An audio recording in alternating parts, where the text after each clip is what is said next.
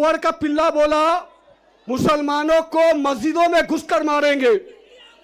अरे सुन सुअर,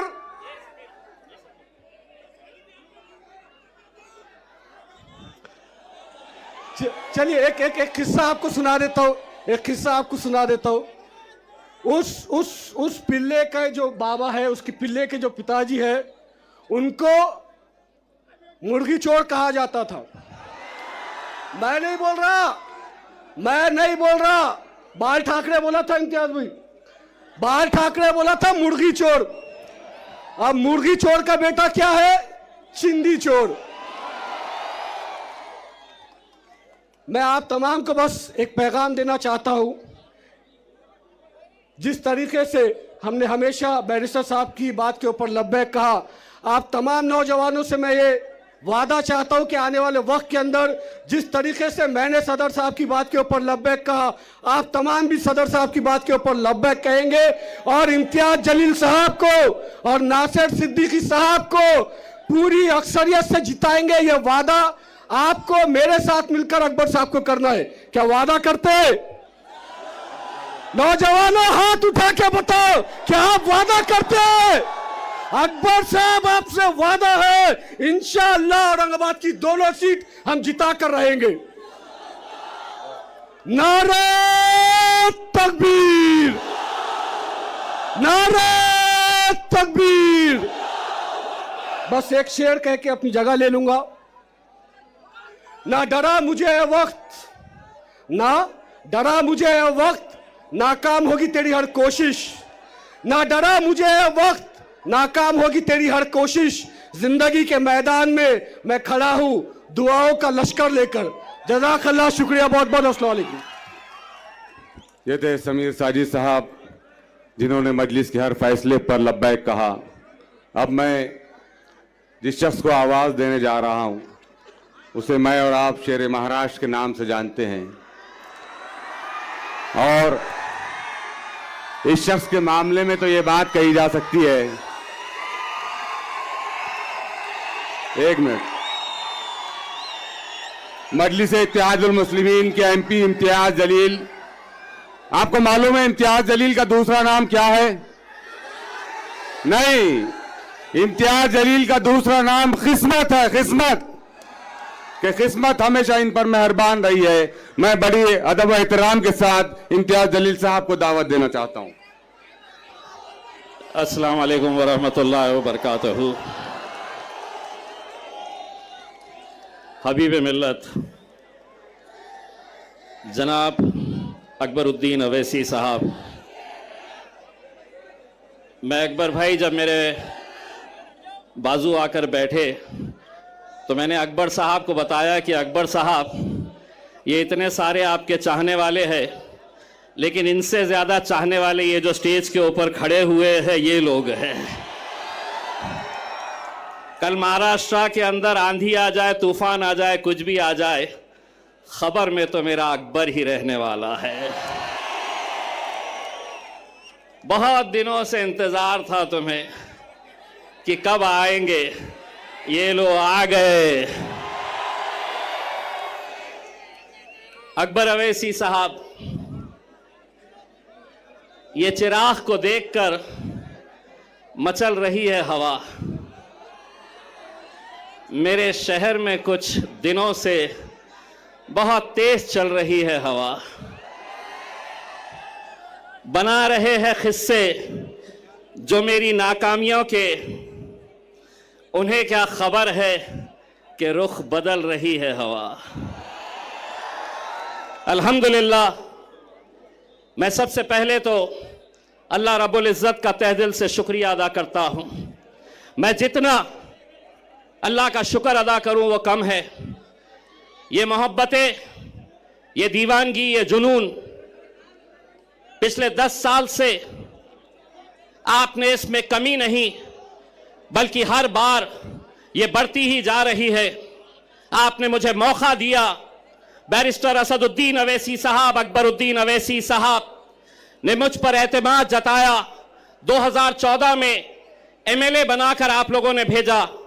2019 के अंदर जब सारी दुनिया कहती थी कि एमपी बनना आसान नहीं है, लेकिन मेरे ये गयूर मुसलमानों ने, दलितों ने, पिछड़ों ने एक आवाज लगाई और अल्हम्दुलिल्लाह आपने पार्लियामेंट के अंदर मुझे भेजा।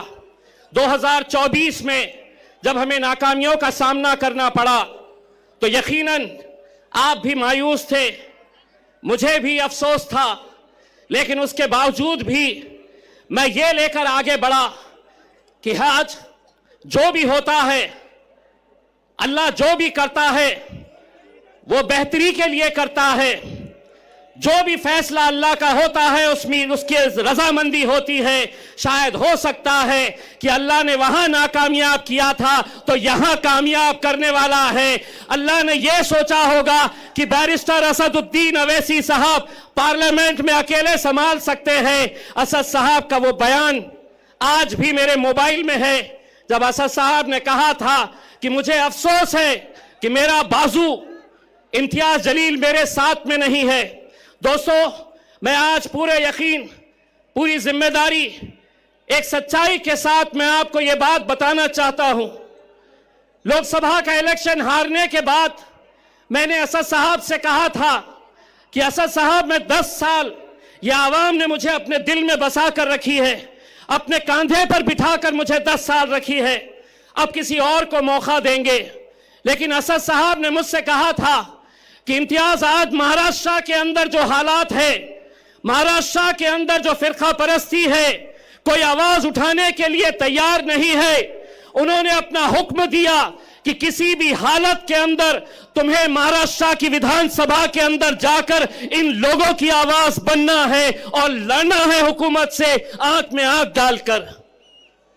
मेरे कायद का हुक्म सर आंखों पर, लेकिन आप वो साजिशों को भी समझिए कि जो आज एक उम्मीदवार को मजलिस को खत्म करने के लिए कैसे कैसे हथकंडे अपनाए जा रहे हैं, क्या साजिशें खेली जा रही है। नासिर सिद्दीकी साहब, जब उनके खिलाफ 2 उम्मीदवार खड़े हुए, राजनीतिक तौर के ऊपर कट्टर दुश्मन, वो एक हो गए, एक प्लेटफॉर्म के ऊपर आ गए और उन्होंने कहा कि अगर हम दोनों लड़ते रहे तो यह जीत जाएगा, मजलिस जीत जाएगी। वो जो इतने इतने हिस्सों में बटे हुए हैं, वो एक हो रहे हैं। जिसका एक अल्लाह, जिसका एक रसूल, हम कैसे बट रहे हैं, हम क्यों बट रहे हैं, कौन बांट रहा है हमें। 28 उम्मीदवार पूरे महाराष्ट्र के अंदर, सबसे ज्यादा मुसलमान उम्मीदवार अगर खड़े किए गए तो वो औरंगाबाद की पूर्व सीट से, जहां मजलिस इत्तेहादुल मुस्लिमीन ने मुझे खड़ा किया है, 28 खड़े नहीं हुए, खड़ा किया गया है।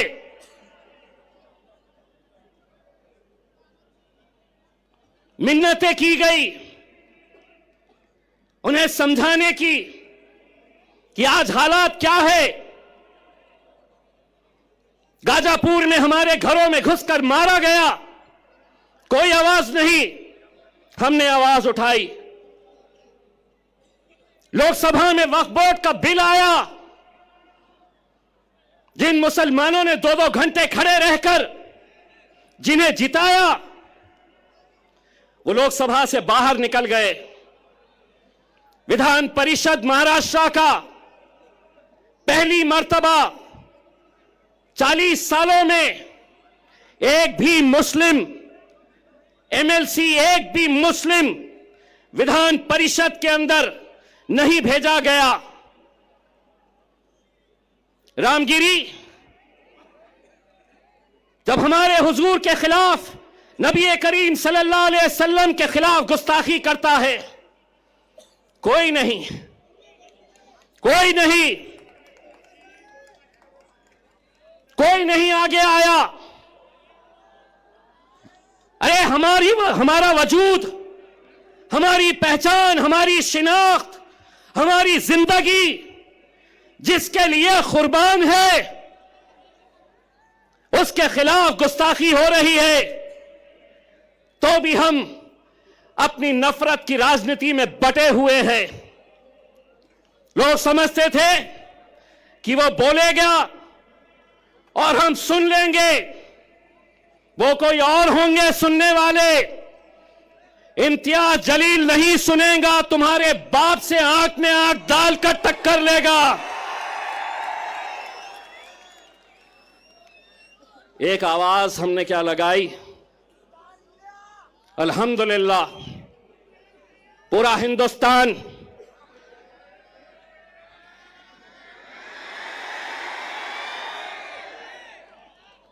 पूरा महाराष्ट्र बोले इतने कहां से आए, इतने एक पैगाम देने के लिए हम निकले थे और एक बार फिर से कह रहे हैं, एक बार फिर से कह रहे हैं, आप हमें गाली दो, हमारे खिलाफ बोलो, हम सुन लेंगे, लेकिन हुजूर के खिलाफ अगर कोई गुस्ताखी करेगा, ईंट का जवाब।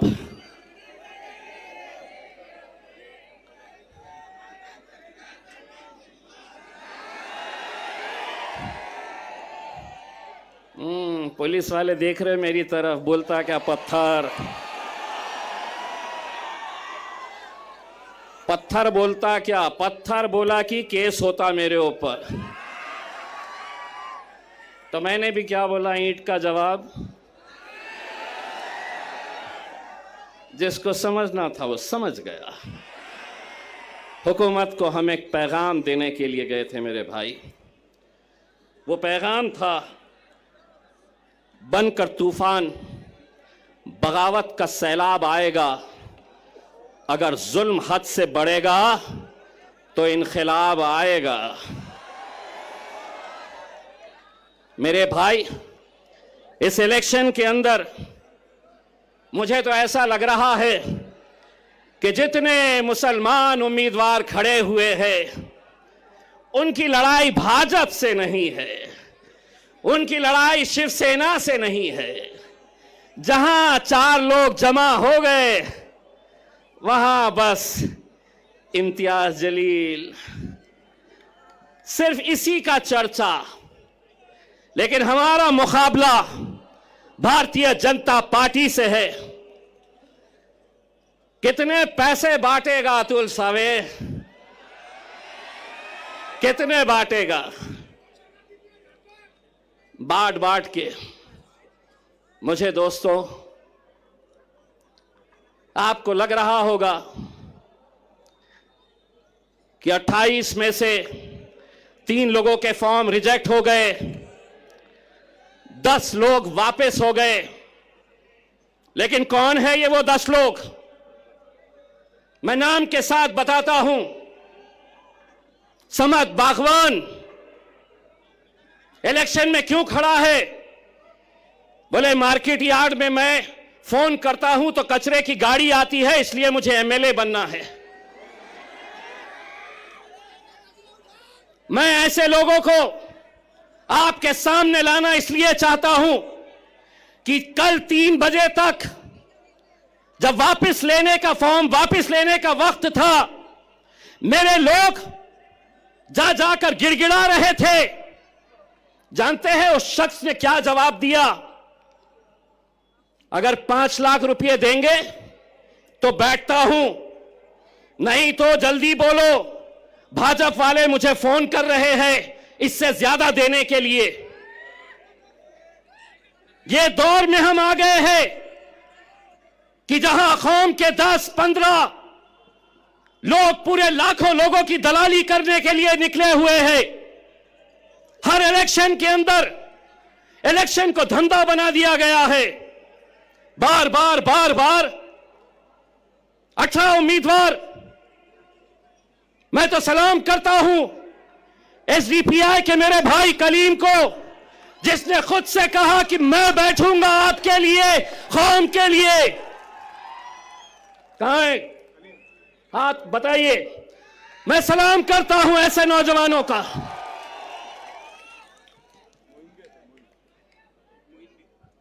मोइन साहब भी है वेलफेयर पार्टी के, जो खुद से बैठ गए। इम्तियाज जलील, जो खराब हो रहा है, मैं तो पत्थर हो गया हूं। जहां पर भी आईना फूटता है इल्जाम मेरे को आ जाता है। इम्तियाज जलील, वहां इतने सीट क्यों खड़े करा, यहां इतने कम क्यों खड़े करा? 288 सीटें हैं महाराष्ट्र के अंदर। असद साहब ने ऐलान किया, हुक्म दिया कि सिर्फ हम 16 सीटों के ऊपर इलेक्शन लड़ेंगे। यहां पर भी मैं सलाम करता हूं ऐसे नौजवानों का जो अपने कायद के फैसले के ऊपर लब्बैक कहते हैं। और ऐसा ही सलाम मैं करता हूं मेरे छोटे भाई समीर साजिद का, जिसने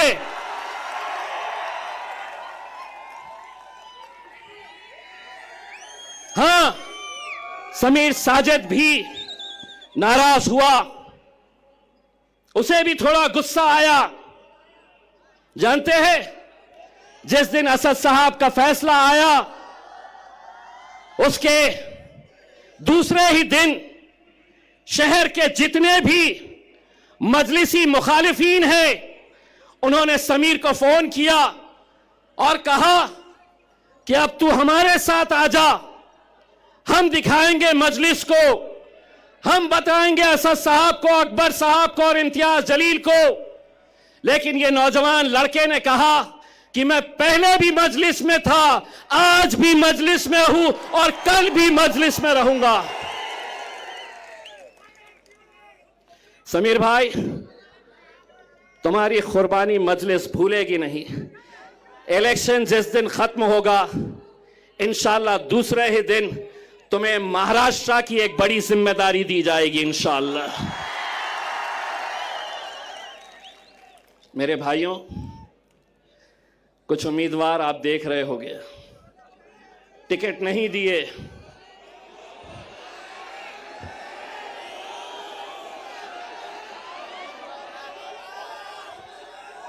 टिकट तो हमने इसे भी नहीं दिए, टिकट तो हमने कई लोगों को नहीं दिए। लेकिन क्या इसका मतलब यह है कि तुम इतने बड़े हो गए हो कि तुम अब मेरे कायद बैरिस्टर असदुद्दीन अवैसी और अकबरुद्दीन अवैसी के खिलाफ तुम महफिलें सजा रहे हो? तुम्हारी जबान खुलने से पहले यह सोच लिया करो कि इतने साल तक तुम्हारा हमारा एक रिश्ता था, अचानक एक ही दिन के अंदर टिकट नहीं तो इम्तियाज जलील बदमाश, असदुद्दीन अवैसी इनके लिए काम करते हैं, उनके लिए काम करते हैं। इंशाअल्लाह औरंगाबाद की आवाम बताएगी, जो मजलिस के खिलाफ जाएगा अपनी जमानत भी बचा कर लेकर आ गया तो बहुत बड़ी बात समझ लेना। ये वो शहर है जिसने हिंदुस्तान को इत्तेहाद क्या होता है यह बताया। हिंदुस्तान के बाहर भी लोग औरंगाबाद की एक पहचान इत्तेहाद के नाम से जानते हैं मेरे भाइयों। और आज उसी इत्तेहाद को खत्म करने की कोशिश की जा रही है। पैसा भारतीय जनता पार्टी दे रही है। पैसा नासिर के खिलाफ एकनाथ शिंदे की तरफ से आ रहा है कि इनको खरीदो, इनके वोटों को तकसीम करो, इनको बांटो। ये लोगों ने शायद मेरा डायलॉग सुना नहीं है। देवेंद्र फडणवीस, एकनाथ शिंदे, नरेंद्र मोदी बाजार में कुत्ते और बिल्लियों के बच्चे बिकते हैं, शेर के बच्चे बाजारों में बिकते नहीं। ये बाजारों में खरीदे नहीं जा सकते हैं।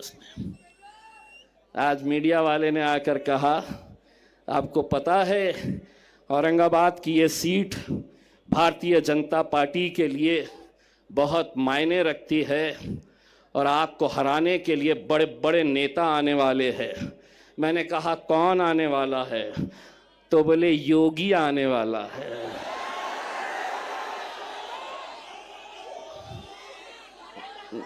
मैं बोला अच्छा टकलो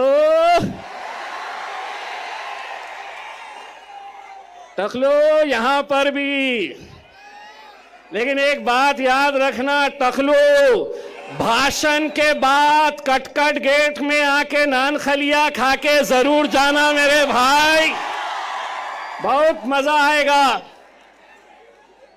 और योगी पे क्यों खत्म, लाओ जिसको लाना है। इतनी एक बात गारंटी के साथ कहता हूं, जहां तक नजर जा रही है, देवेंद्र फडणवीस, एकनाथ शिंदे, अजीत पवार, शरद पवार, उद्धव ठाकरे, नाना पटोले, पूरे के पूरे आ जाओ, इतने जमा करके दिखाओ। ये अकेले किसके नाम पे आए हैं मालूम है? ये अकेले किसके लिए आए हैं? मेरा अकबर। 10 साल का इंतजार खत्म होने वाला है। पेटी बांध लो, मौसम बिगड़ने वाला है। मैं अब आपसे इजाजत लेता हूं और यही उम्मीद करता हूं कि 20 तारीख के दिन आप सबको निकलना है, मजलिस को कामयाब करना है। और हां, जाते जाते इतना कहना चाहता हूं, अकबर भाई का ये एक ही जलसा नहीं है, अभी 2 बार और आने वाले हैं। आज टेस्ट मैच खेलेंगे, दूसरे में वनडे खेलेंगे और तीसरे में 2020। बहुत बहुत शुक्रिया। वाखिर हिस्से के पहले जिन्हें आप सुनना चाहते हैं, मैं उनको यहाँ पर आवाज़ दो। मैं अकबर साहब, आली जनाब इम्तियाज़ जलील साहब से गुजारिश करता हूँ कि पार्टी का मैनिफेस्टो बनाया गया है, उस मैनिफेस्टो का जो है तो इस मौके पे यहाँ पर इजरा किया जाए।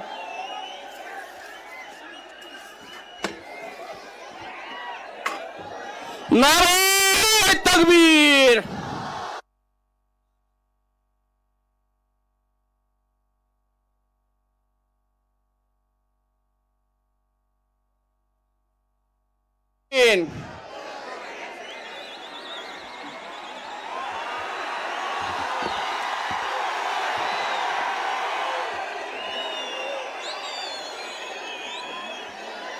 औज़ु बिल्लाहि मिनश शैतानिर रजीम, बिस्मिल्लाहिर रहमानिर रहीम। देखकर मेरे जुनून को नाज फरमाते हुए, देखकर मेरे जुनून को नाज फरमाते हुए मौत शर्माती है मेरे सामने आते हुए। फिर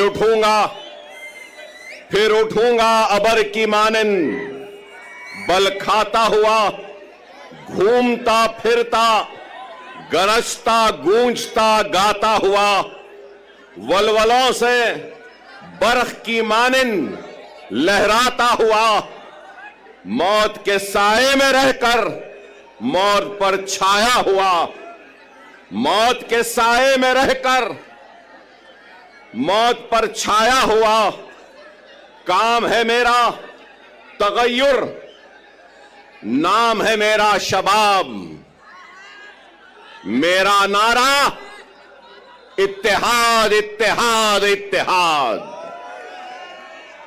ये जोश मलियाबादी के गजल के अशार हैं और जोश साहब से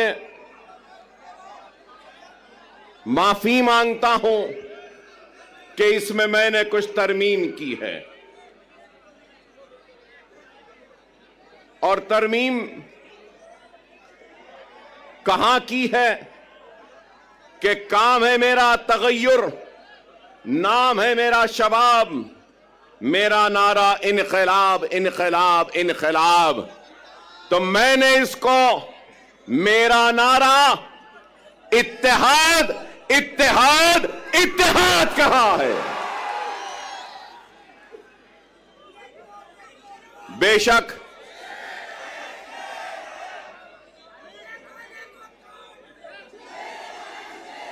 माफ करना,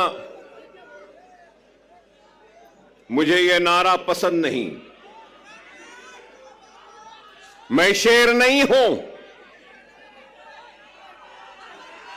मैं मोहम्मद मुस्तफा सल्लल्लाहु अलैहि वसल्लम का गुलामों के गुलामों के गुलामों के गुलामों के गुलामों के जूतियों का दूल हूं। मैं शेर ना हूं, ना मुझे शेर बनना है। 10 साल पहले भी अगर महाराष्ट्र का रुख किया था तो आपको शेर बनाने के लिए रुख किया था। क्या शेर बनना है? शेर बनना है आसान सा है। नमाज के पाबंद बन जाओ, कुरान को तर्जुमे से पढ़ो, सुन्नत रसूलुल्लाह को अपने जिंदगी का हिस्सा बना लो, यतीमों के सर पर हाथ रखो, बेवाओं की मदद करो, जुल्म के खिलाफ आवाज बुलंद करो और दुनिया तुम्हें शेर कह के पुकारेगी। आसान 10 साल पहले भी अगर आपके दरमियान में आया था तो इत्तेहाद के पैगाम को लेकर आया था। उस इत्तेहाद के जरिए नाइंसाफियों को इंसाफ में बदलना चाहता था, हक तलफी को हक में तब्दील करना चाहता था, नाइंसाफी को इंसाफ में बदलना चाहता था और हमारे वजूद के जरिए हमको खत्म करने वालों को यह पैगाम देना चाहता था कि यह मुल्क जितना माथे पे तिलक लगाने वाले का है, सर पे पगड़ी बांधने वाले का है, उतना ही यह मुल्क चेहरे पे दाढ़ी रखने और सर पे टोपी पहनने वाले का भी है। यही पैगाम था और यही कोशिश थी जिसको लेकर हम आगे बढ़े थे 2014 में। और उस 2014 में महाराष्ट्र के 18,000 किलोमीटर का फासला मैंने अपनी गाड़ी में तय किया था, अपनी जान को हथेली में रखकर। डराया गया, धमकाया गया, लेकिन न डरे न घबराए, बेखौफ होकर बेबाकी के साथ इज़ारे हक को बयान किया और सिर्फ आपसे अगर इल्तिजा की, आपसे दरखास्त की और आपसे अगर गुजारिश की तो सिर्फ और सिर्फ इत्तेहाद इत्तेहाद और इत्तेहाद कहा। मैं ये भी याद दिलाऊं कि अकबरुद्दीन ओवैसी 10 साल पहले भी अगर आया था तो इत्तेहाद के लिए आवाज को उठाई थी, दरखास्त की थी। तो अपने इस शेरवानी के दामन को फैलाकर अपने कलमगो भाइयों के सामने एक इत्तेहाद का भिखारी बनकर अपनी शेरवानी के इस टुकड़े को आगे बढ़ाया था और यही कहा था कि ये इत्तेहाद का भिखारी आया है, तुम अपने इत्तेहाद की खैरात मेरे दामन में डाल दो।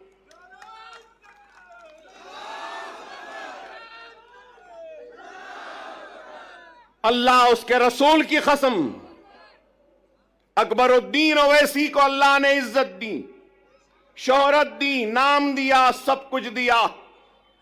लेकिन एक बात कहूंगा, मजलिस इत्तेहादुल मुस्लिमीन के सबसे छोटे और सबसे आखिर का अगर कोई लीडर है तो वह अकबरुद्दीन ओवैसी है।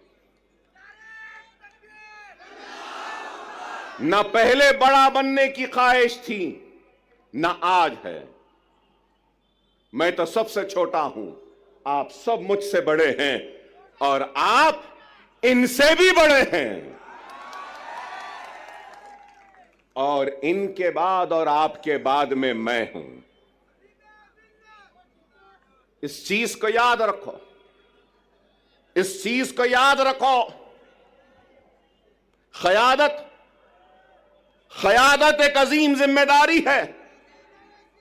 क़यादत एक अजीम जिम्मेदारी है और सदक़े दिल और बेगर्ज होकर जो खिदमत करेगा तो अल्लाह उसकी क़यादत में इस्तेहकाम और मजबूती देगा। क्योंकि मुझे मेरे वालिद और सालारी मिल्लत ने मुझसे कहा, क़यादत आसान नहीं, अगर क़यादत करना है तो बेगर्ज बन जाओ, तो जब गर्ज वाले की तकलीफ का एहसास होगा, जब तुम्हारी क़यादत में गर्ज आ जाएगा तो फिर वह क़यादत मजबूत नहीं हो सकती। खुदारा इस बात को समझो, मिल्लत की फलाह व बहबूद, मिल्लत की तरक्की, मिल्लत की खुशहाली के लिए अपने जात की खुशियों की कुर्बानी देनी होगी। अगर क़यादत करने का अगर किसी को ज़ौक़ है या शौक़ है,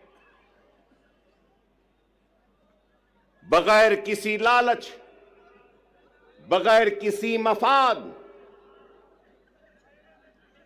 से अगर कोई आगे बढ़ता है तो अल्लाह सुब्हानहू व तआला उसको कामयाबी व कामरानी अता करता।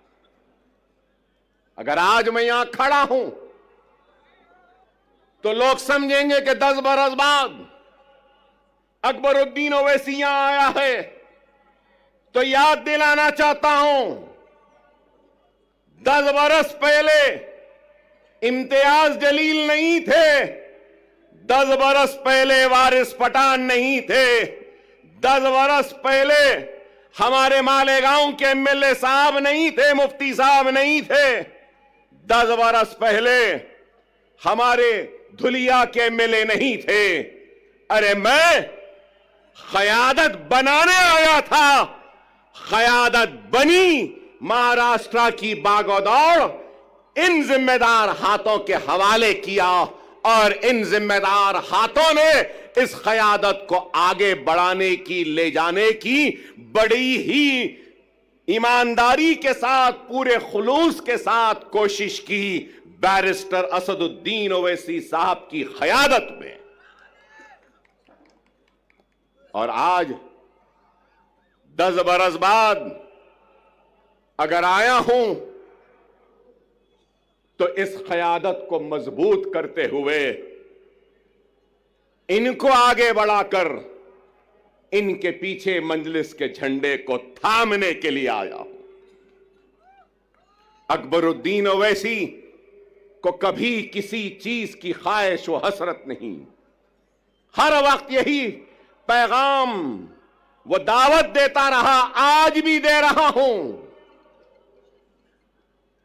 आपकी सरजमीन से आओ काबिल नौजवानों से दरखास्त है, नेक लोगों से दरखास्त है, वकलाओं से, डॉक्टरों से, इंजीनियर से, मिल्लत का दर्द रखने वालों से इल्तिजा है, आओ, जज्बे को लेकर आओ, दियानत के साथ आओ, इखलास के साथ आओ, खुलूस के साथ आओ।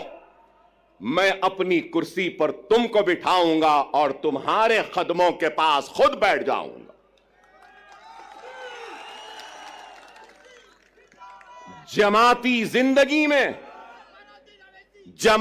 जिंदगी में शख्सियतों की अहमियत नहीं होती, याद रखो।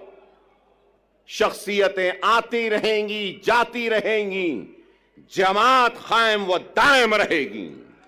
जमात की अहमियत है, अकबरुद्दीन ओवैसी की भी अहमियत नहीं है, जमात की अहमियत है और ये इत्तेहाद की अहमियत है। अगर ये इत्तेहाद है, जमात है, तो यकीन मानो हम शेर हैं।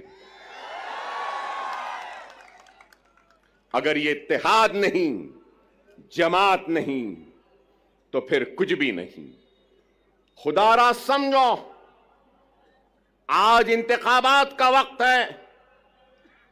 इंतखाबी मैदान में कई जमातें हैं, हजारों जमातें मैं कहूंगा, और शायद मैं गलत ना हूं तो विड्रॉयल के बाद करीब 4000 से जायद उम्मीदवार अपनी किस्मत आजमा रहे हैं। 4000 से जायद बेशुमार जमातें। 10 साल पहले बीजेपी थी, शिवसेना थी और राष्ट्रवादी कांग्रेस थी, कहीं पर समाजवादी पार्टी भी थी। लेकिन आज कांग्रेस है,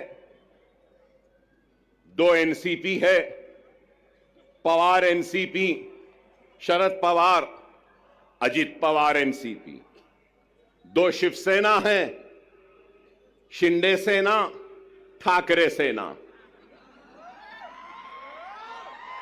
अरे आप अंदाजा लगाइए कितनी पार्टियां हो गई। मेरा एक ही सवाल है, हिंदुत्व पे अमल करने वाली जमातें, शिवसेना, भारतीय जनता पार्टी, सही है ना? हिंदुत्व। अब हिंदुत्व की आइडियोलॉजी पे कायम रहने वाली शिवसेना के 2 टुकड़े हो गए 2 टुकड़े। आइडियोलॉजी तो दोनों की है एक ही। अब सवाल यह है कि कांग्रेस ने उद्धव ठाकरे से इत्तेहाद किया, पवार ने उद्धव ठाकरे से इत्तेहाद किया और एक 3 पार्टियों का एक गुट बना। तो मैं ये पूछना चाहता हूं, उद्धव ठाकरे जी, क्या आप हिंदुत्व का सबक राहुल और प्रियंका गांधी को पढ़ाने में कामयाब हो गए या नहीं हुए? मेरा सवाल है, राहुल व प्रियंका, क्या आप कांग्रेस के सेक्युलरिज्म का सबक पढ़ाने में उद्धव ठाकरे को कामयाब हुए या नहीं हुए? फिर मेरा सवाल है, शरद पवार साहब, क्या आप सेक्युलरिज्म का या आपकी जो भी आइडियोलॉजी है उसका सबक उद्धव ठाकरे और उस सेना को पढ़ाने में कामयाब हुए, या उद्धव ठाकरे हिंदुत्व का सबक पढ़ाने में आपको कामयाब हुए? यह मेरा सवाल है। चलो ये इनका हो गया, तो अब दूसरी तरफ अब हम देखते हैं कि अजीत पवार, तो मैं पूछना चाहता हूं कि अजित पवार शिंदे के सबक को पढ़ लिए, समझ लिए, या शिंदे ने पवार को नया सबक पढ़ाया, नया सिखाया, या फिर बीजेपी ने अजित पवार और शिंदे को सबक पढ़ा दिया, या फिर अजित पवार ने अपने करप्शन का सबक मोदी को और योगी को पढ़ा दिया, वो समझ गए। बताओ क्या है, कहां है आइडियोलॉजी, कहां है बुनियादी उसूल? अरे इनके पास कोई बुनियादी उसूल नहीं, कोई आइडियोलॉजी नहीं। अगर कुछ चाहिए तो इनको इख्तिदार चाहिए, इनको गद्दी चाहिए, इनको तख्त चाहिए। लेकिन हम क्या समझते हैं? जो लोग ये समझ रहे हैं कि मजलिस इत्तेहादुल मुस्लिमीन वो इम्तियाज जलील औरंगाबाद से नाकाम हो गए और वो कामयाब हो गए, तो उन अहमकों को, उन नादानों को, उन नासमझों को ये कहना चाहता हूं, मजलिस इत्तेहादुल मुस्लिमीन वो है जो दिलों को फतेह करती है। हकीकी फातेह वो नहीं जो जीते और जमीन को फतेह कर ले। हकीकी फातेह वो होता है जो दिलों को जीतता है और दिलों को फतेह करता है। हमारा काम दिलों को जीतना है, दिलों को फतेह करना है। हमारा काम इख्तिदार के कुर्सियों पर बैठकर मजे लूटना नहीं है। हम सच्चे दिल से, सदके दिल से अवाम की तर्जुमानी करते हैं, उनके मसाइल को उठाते हैं, चाहे ऐवान पार्लियामेंट हो या ऐवान असेंबली हो। मजलिस इत्तेहादुल मुस्लिमीन मसाइल को उठा रही है।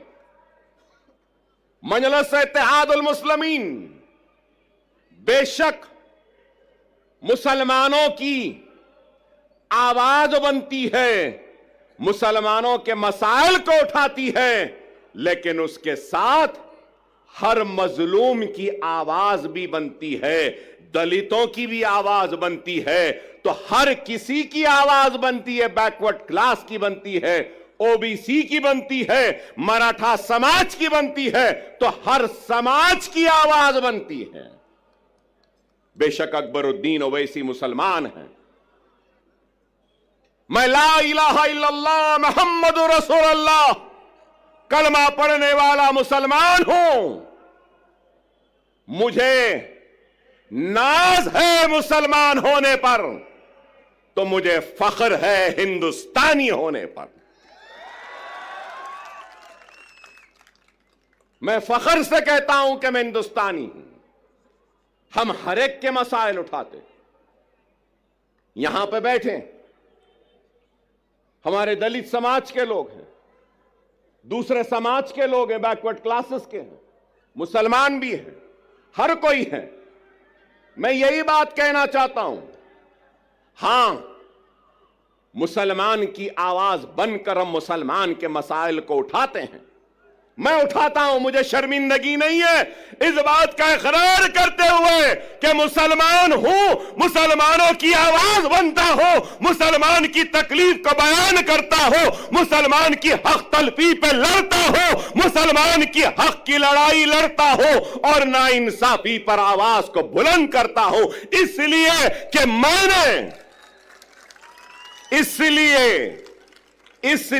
कि मैंने दस्तूर पर हल्फ लिया है, बहैसियत रुकने असेंबली अवामी नुमाइंदे मेरी जिम्मेदारी है कि मैं सबसे पीछे वाले को आगे लाऊं, पिछड़े हुए को ताकत दूं, कमजोर को खुवत दूं और जो आखिरी में है उसको आगे बढ़ाऊं।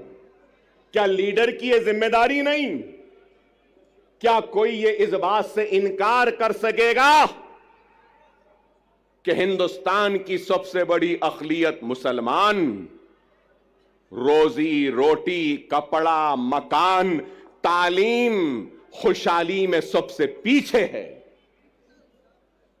और आज हमारी कोशिश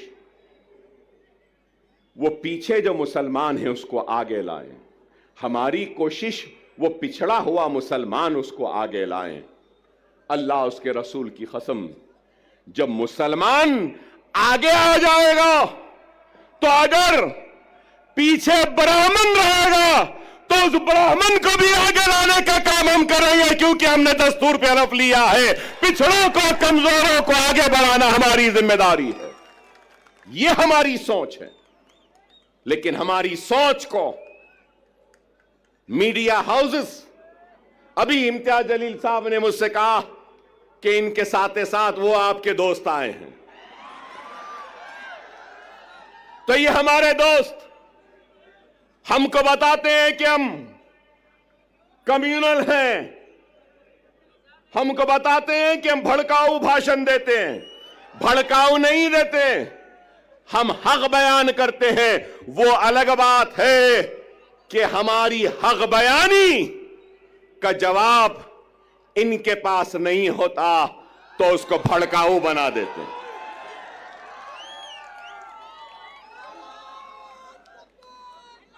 आज ही मैंने किसी न्यूज चैनल में देखा जिसमें योगी आदित्यनाथ ने अपनी तकरीर में कहा कि बटोगे तो कटोगे। लोग काफी एतराज कर रहे हैं उस बात पर, मगर मैं ये कहूंगा, बीफ के नाम पर, मॉब लिंचिंग के नाम पर, घर वापसी के नाम पर, सर पे टोपी पहनने के नाम पर, दाढ़ी पालने के नाम पर जो तुम काट रहे हो, क्या ये तुम्हारी नफरत हिंदुस्तान के सबसे बड़ी अक़लियत से, क्या ये मुल्क को कमजोर नहीं कर रही है? इसका जवाब दो मुझे। अगर हिंदू और मुसलमान को तुम लड़ाओगे, हिंदू और मुसलमानों को नफरत कराओगे, तो क्या यह मुल्क को कमजोर करने के बराबर नहीं है?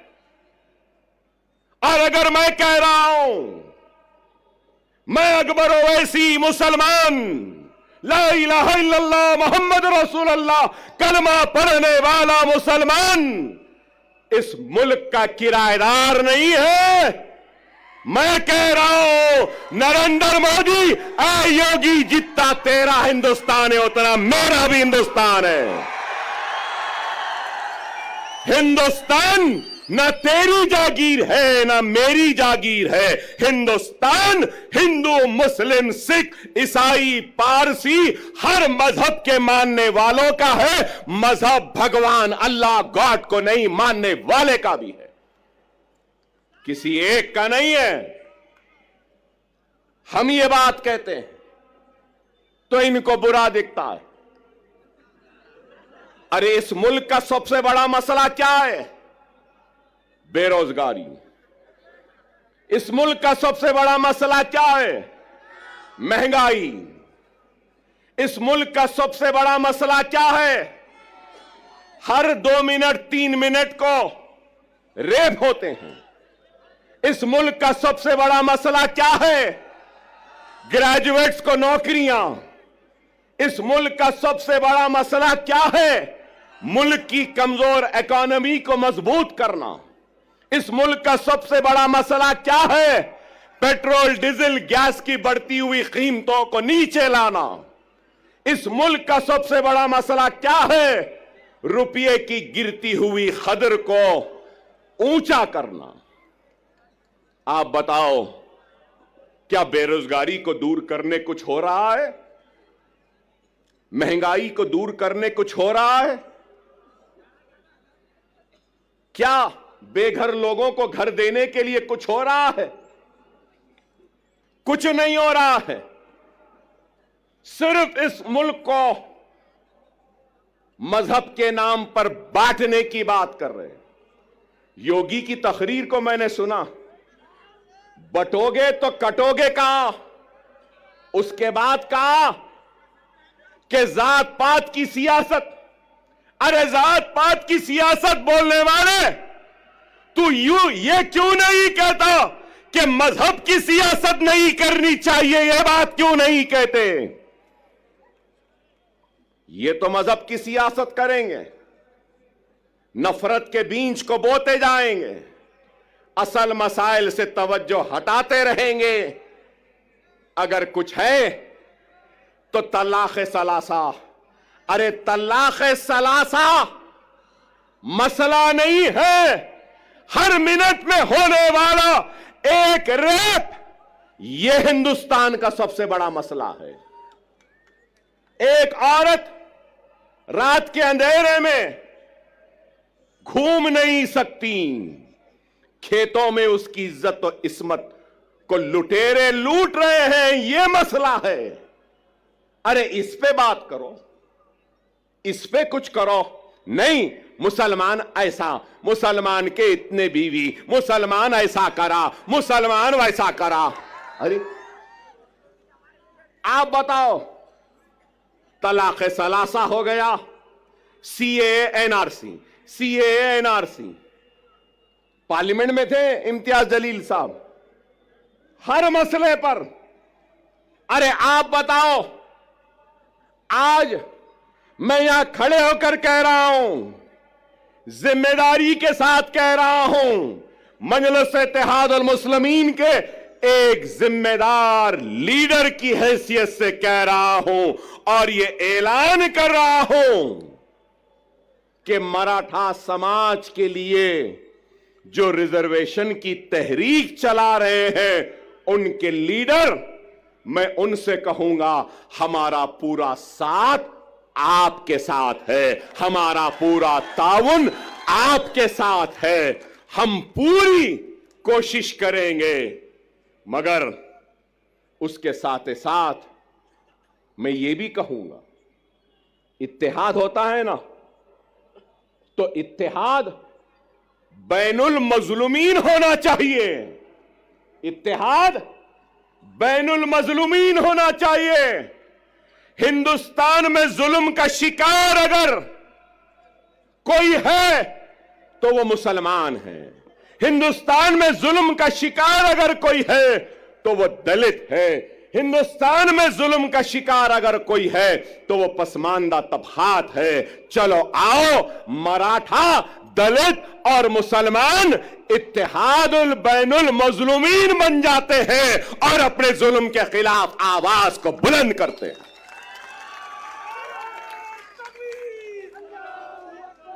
मगर मेरी बात खत्म नहीं हुई। मैं हमारे मराठा समाज के बड़े लीडर जो एहतजाज कर रहे हैं, भूख हड़ताल में बैठे हैं, उनसे कहना चाहता हूं, सिर्फ जरंगे पाटिल साहब से, सिर्फ मराठा समाज पिछड़ा हुआ नहीं है, पूरा मराठवाड़ा भी पिछड़ा हुआ है। क्या मराठवाड़ा पिछड़ा हुआ नहीं है? क्या मराठवाड़ा का हिस्सा पूरा सबसे पीछे नहीं है?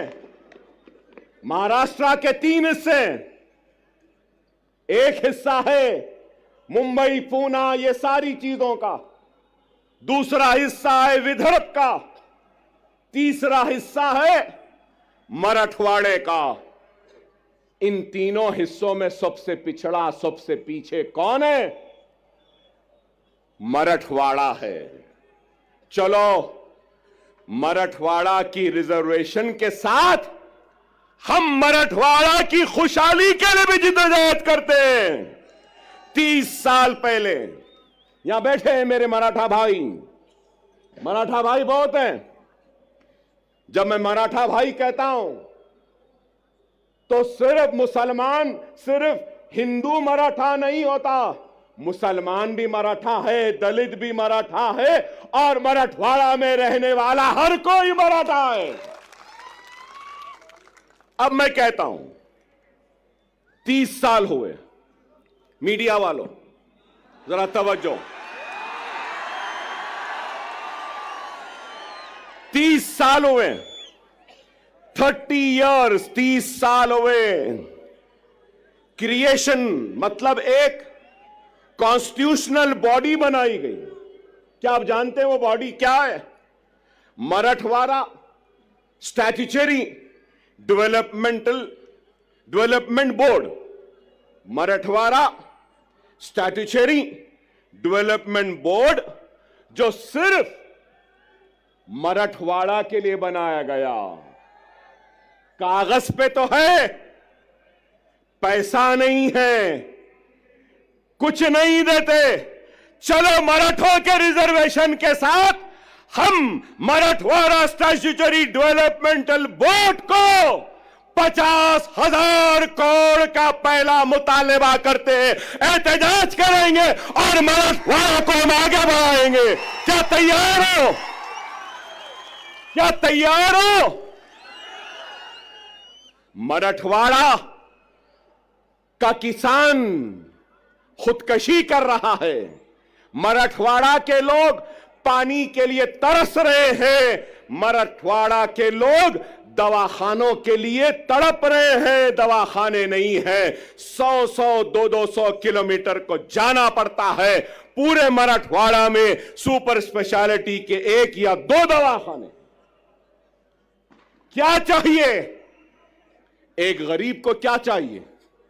रोजी, रोटी, बीमारी पर इलाज का इंतजाम आज है या नहीं बताओ? क्या नाम के बदलने से रोजी मिल जाएगी? क्या नाम के बदलने से रोटी मिल जाएगी? क्या नाम के बदलने से किसानों की खुदकशी रुक जाएगी? क्या नाम के बदलने से पानी की प्यास मिट जाएगी? क्या नाम के बदलने से क्या बीमार को शिफा मिल जाएगी? क्या नाम के बदलने से कर्जदार किसान के कर्ज दूर हो जाएंगे? नाम में क्या रखा है? ऐ नाहेलो ना समझो, ऐ झूठो, ऐ बेमानो, काम करो काम। क्या यह गलत है? नीति आयोग की रिपोर्ट उठाकर देख लीजिए मीडिया वालों। काबिल है, मुझसे काबिल, मुझसे पढ़े लिखे, मुझसे समझदार, मुझसे दूरअंदेश, मुझसे ज्यादा सोच फिक्र करने वाले, और मैं तो खुला कह रहा हूं, मोदी और योगी का मैं तो दुश्मन हूं, शायद आप उनके दोस्त हैं। बताओ उनको, जाकर बोलो नीति आयोग क्या कह रहा है। नीति आयोग की लेटेस्ट रिपोर्ट कह रही है, मेरे मराठा भाइयों, कि सबसे पिछड़ा हुआ जीएसडीपी कम है, रोजाना की कमाई, पानी नहीं मिल रहा है, बीमारी के लिए तड़प रहे हैं। नीति आयोग कह रहा है कि वो मराठवाड़ा का रीजन है। मैं इम्तियाज जलील साहब से भी कहूंगा, सीमांचल की तरक्की के लिए मजलिस लड़ रही है। आप पार्लियामेंट में थे तो आप भी लड़े, अब आप आओ, मैं भी आपके साथ हूं। हम मराठवाड़ा की खुशहाली व तरक्की के लिए लड़ेंगे। हम मराठों का साथ में लेंगे, मुसलमानों को लेंगे, हिंदुओं को लेंगे, मराठों को लेंगे, दलितों को लेंगे, एससीओ को लेंगे, एसटी को लेंगे, सबको लेंगे, और मराठों और मराठवाड़ा के लिए हम लड़ेंगे। क्या मेरी बात से आप राजी हैं? राजी हैं? मेरी बात सही है? सही है? तो नारे तकबीर, नारे तकबीर, नारे तकबीर। मराठा चीफ मिनिस्टर नहीं चाहिए, मराठवाड़ा में पानी चाहिए। मराठा मिनिस्टर नहीं चाहिए, मराठों को नौकरियां चाहिए। मराठा वो क्या कहते हैं, guardian minister, Maratha guardian minister नहीं चाहिए। मराठों और मराठवाड़ा को उसका हक चाहिए। ये हम चाहते हैं, ये हमारी सोच है, ये हमारी फिक्र है। मैंने आपसे पहले भी कहा कि क्या उद्धव ठाकरे अपना सबक पढ़ाने में कामयाब हो गए या नेहरू गांधी खानदान अपना सबक पढ़ाने में कामयाब हो गए? मेरी इस बात को याद रख लो, अपने वोट की अहमियत को समझो। यहां मौजूद सारे लोगों से कहूंगा कि जमहूरियत के जश्न, ये इलेक्शन में तुम्हारी सबसे बड़ी अगर कोई ताकत है तो याद रखो वो तुम्हारा वोट है। वोट का सही इस्तेमाल करो। अगर वोट का गलत इस्तेमाल करोगे तो नहीं मालूम कौन तुम्हारे वोट को ले जाकर हिंदुत्व के दामन में उनके कदमों में डाल देगा। क्या गारंटी है? पूरी गारंटियों का दौर चल रहा है। हमारे पास भी 6 गारंटी आई, कर्नाटक में भी गारंटी आई, हरियाणा में भी गारंटी आई। मिस्टर मोदी ने कहा कि मोदी की गारंटी, वाह वाह,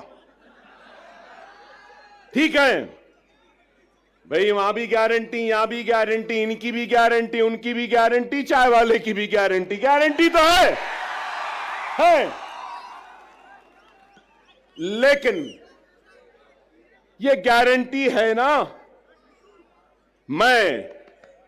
ये यहां मौजूद ये लोगों का सवाल है, क्या शरद पवार गारंटी देंगे कि इलेक्शन के बाद आप मोदी के साथ नहीं जाएंगे? देंगे? क्या अजीत पवार साहब आप गारंटी देंगे कि इलेक्शन के बाद आप शरद पवार के पास दोबारा वापस नहीं जाएंगे? क्या उद्धव ठाकरे आप गारंटी देंगे कि इलेक्शन के बाद आप फिर चाय वाले के पास चाय की प्याली लेके नहीं जाएंगे? क्या शिंदे गारंटी देंगे कि इलेक्शन के बाद वो ठाकरे के पास दोबारा नहीं जाएंगे? नेहरू और गांधी क्या इस बात की गारंटी देंगे कि वो कभी भी बीजेपी और मोदी के साथ नहीं जाएंगे, हिंदुत्व के साथ नहीं जाएंगे? अरे आज कांग्रेस का शिवसेना के साथ इत्तेहाद करना यह है, इस बात को बोलना है, इस बात को तस्लीम करना है कि हम हिंदू हैं, हिंदुत्व पॉलिटिक्स हम में है और हम हिंदुत्व पॉलिटिक्स को कबूल करते हैं। डायरेक्टली तो कबूल नहीं किए, इनडायरेक्टली कबूल कर लिए। कोई ऐसा खाता है तो कांग्रेस ऐसा खा रही है। यही है। समझो मेरी इस बात को। सियासी इस शोर और गुल में तुम्हारी आवाज गुम गई है। हर किसी की आवाज है, राव की आवाज है, रेड्डी की आवाज है, पाटिल की आवाज है, पटेल की आवाज है, गांधी की आवाज है, पवार की आवाज है, हर किसी की आवाज है। अगर आवाज नहीं है तो ला इलाहा इल्लल्लाह मुहम्मदुर रसूलुल्लाह कलमा पढ़ने वाले की आवाज नहीं है। और मैं इस सियासी शोर गुल में नारे तकबीर अल्लाह अकबर की आवाज को फिजाओं में गुंजाने के लिए जोरदार नारा लगाने के लिए आया हूं, अपनी जात के लिए नहीं आया हूं। मैं तुम्हारी इज्जत के लिए आया हूं, तुम्हारे वक़ार के लिए आया हूं, तुम्हारे वजूद का एहसास दिलाने के लिए आया हूं कि हम जिंदा हैं, हम मुर्दा कौम नहीं है। तुम जिंदा कौम हो। अगर तुम जिंदा कौम हो तो उठो, उठो, एक मरकज़े सियासी पे जमा हो जाओ, उठो और एक हो जाओ। अगर तुम एक नहीं होंगे तो याद रख लो तुम्हारा वजूद खतरे में है। यही जोश, यही वलवला, यही उठना 20 तारीख का दिन है। उठोगे ना, उठोगे ना।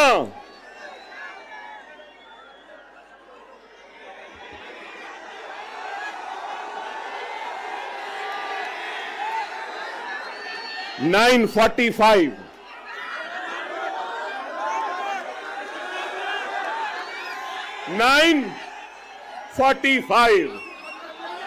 कैंपेनिंग का टाइम 10 बजे। अभी 15 मिनट बाकी है।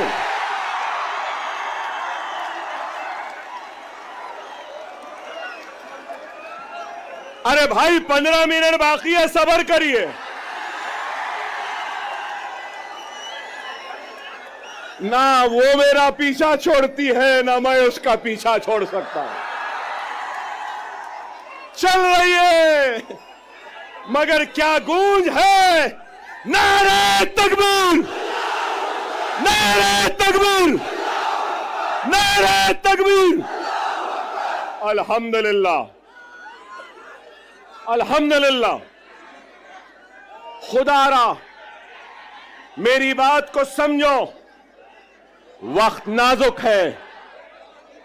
हमारा सबसे अव्वलीन फरीजा क्या है? क्या है? महाराष्ट्र में बीजेपी और शिंदे सेना और अजीत पवार के हुकूमत को शिकस्त देना, हराना है।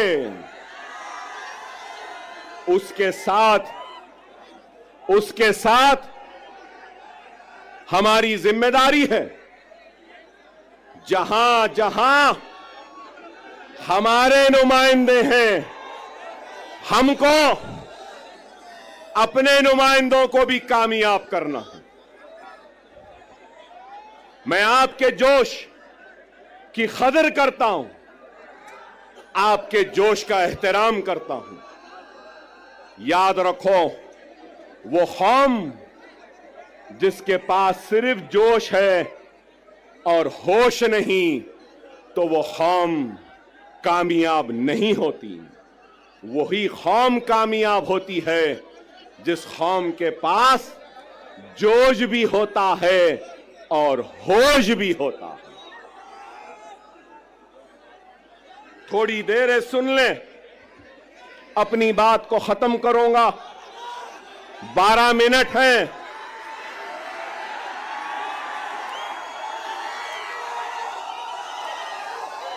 सब्र से सुने, वक्त नाजुक है। मेरा पैगाम है तुमसे कि हिंदुस्तान के तुम किराएदार नहीं, तुम हिंदुस्तान के बराबर के शहरी हो और तुम्हारे हक की लड़ाई लड़ने के लिए आया हो। तुम्हारा ताउन चाहिए, तुम्हारी दुआएं चाहिए, तुम्हारा साथ चाहिए, तुम्हारा जोश साथ चाहिए, तुम्हारा होश चाहिए। क्या ताउन दोगे? क्या तुम्हारी ताकत दोगे? क्या तुम्हारा इत्तेहाद दोगे? अगर मैं आज इस आवाम से इत्तेहाद की अपील कर रहा हूं, तो मजलिस इत्तेहादुल मुस्लिमीन से किसी भी वजह से दूर होने वाले हर फर्द, हर मर्द, हर खवातीन, हर कायद से अपील करता हूं कि आओ इस जमात में आ जाओ, वापिस आ जाओ। ये जमात तुम्हारी भी है, ये तुम्हारी थी, आओ।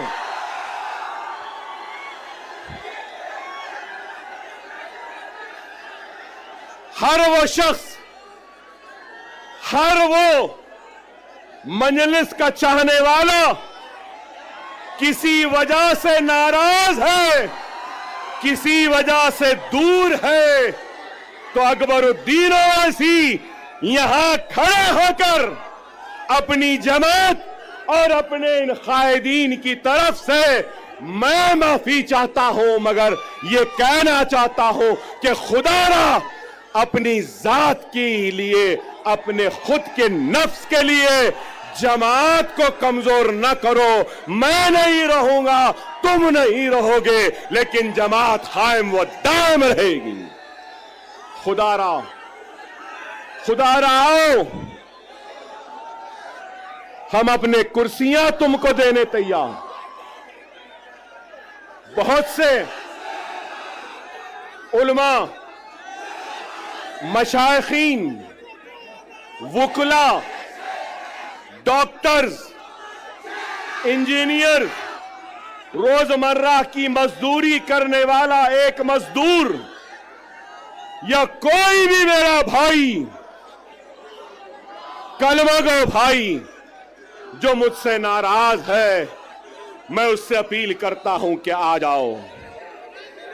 ये वक्त है, ये वक्त है 2 मिनट की खामोशी।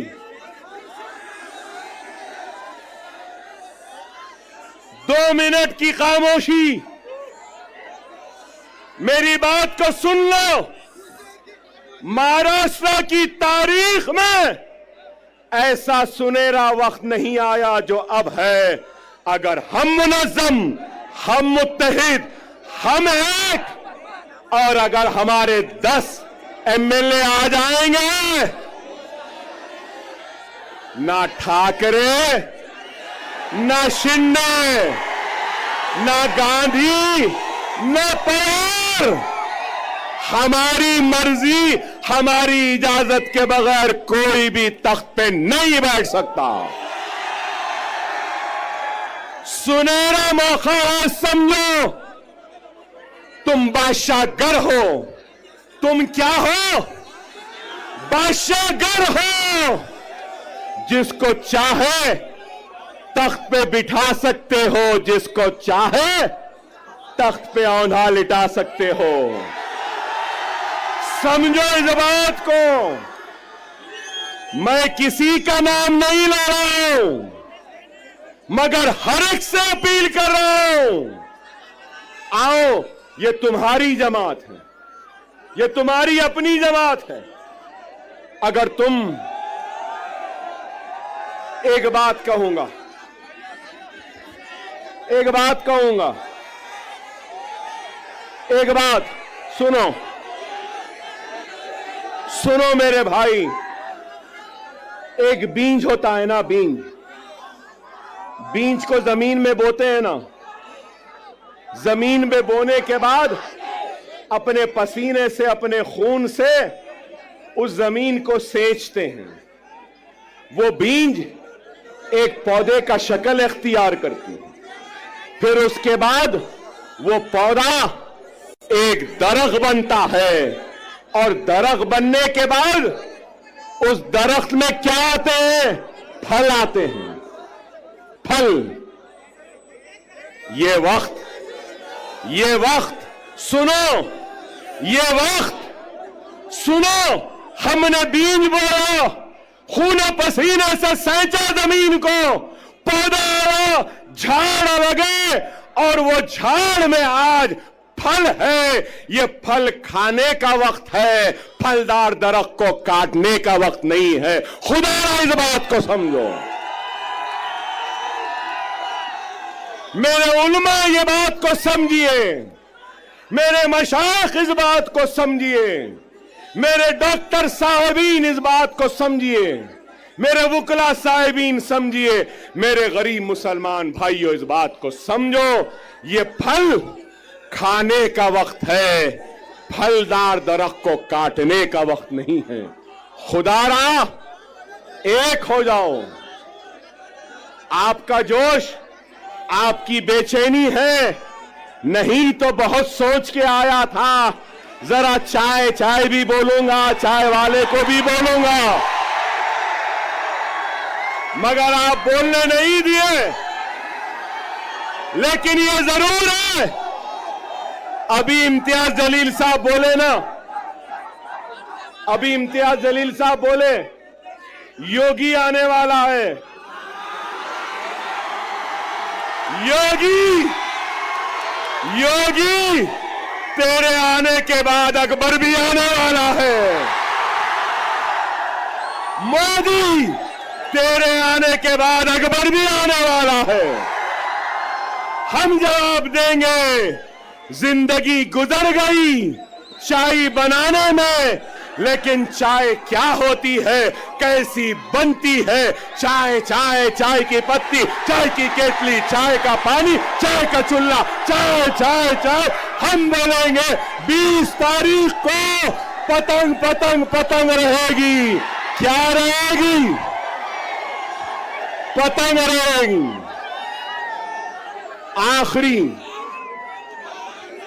आखिरी अहम बात, आखिरी अहम बात, 10 साल के बाद आया था, अल्हम्दुलिल्लाह जोश तो आज भी है बाकी। 10 साल बाद आया, लेकिन वलवला आज भी बाकी है। 10 साल बाद आया, मगर तुम्हारे जोश ने मुझे और जवान बना दिया। वादा है, वादा है, महाराष्ट्र की सियासत में इम्तियाज जलील और दूसरों के साथ अकबरुद्दीन ओवैसी भी अब खांधे से खांधा मिलाकर खड़ा रहेगा। औरंगाबाद हो, नांदेड़ हो, उस्मानाबाद हो या शोलापुर हो या मुंबई हो, अब अकबरुद्दीन ओवैसी आता रहेगा, जाता रहेगा, हर ओर पर नजर डालेगा।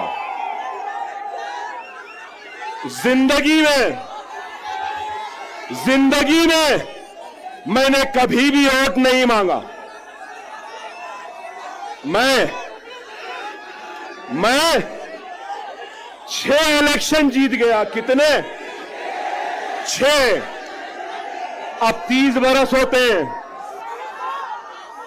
मगर आपसे कहूंगा, आप इस इलेक्शन में मजलिस के साथ साथ इम्तियाज जलील और नासिर साहब के साथ साथ और हमारे दलित भाई के साथ साथ आप अपना वोट अकबर ओवैसी को भी दे रहे हो।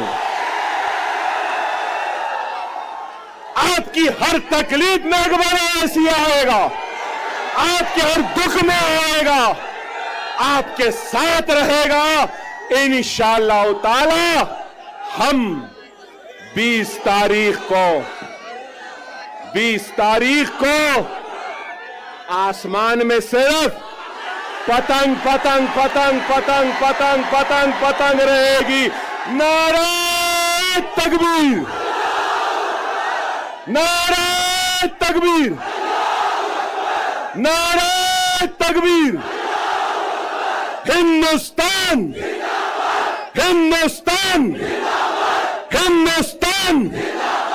हम सब एक हैं, हम सब एक हैं और हम सब एक रहेंगे। औरंगाबाद हमारा था, हमारा है।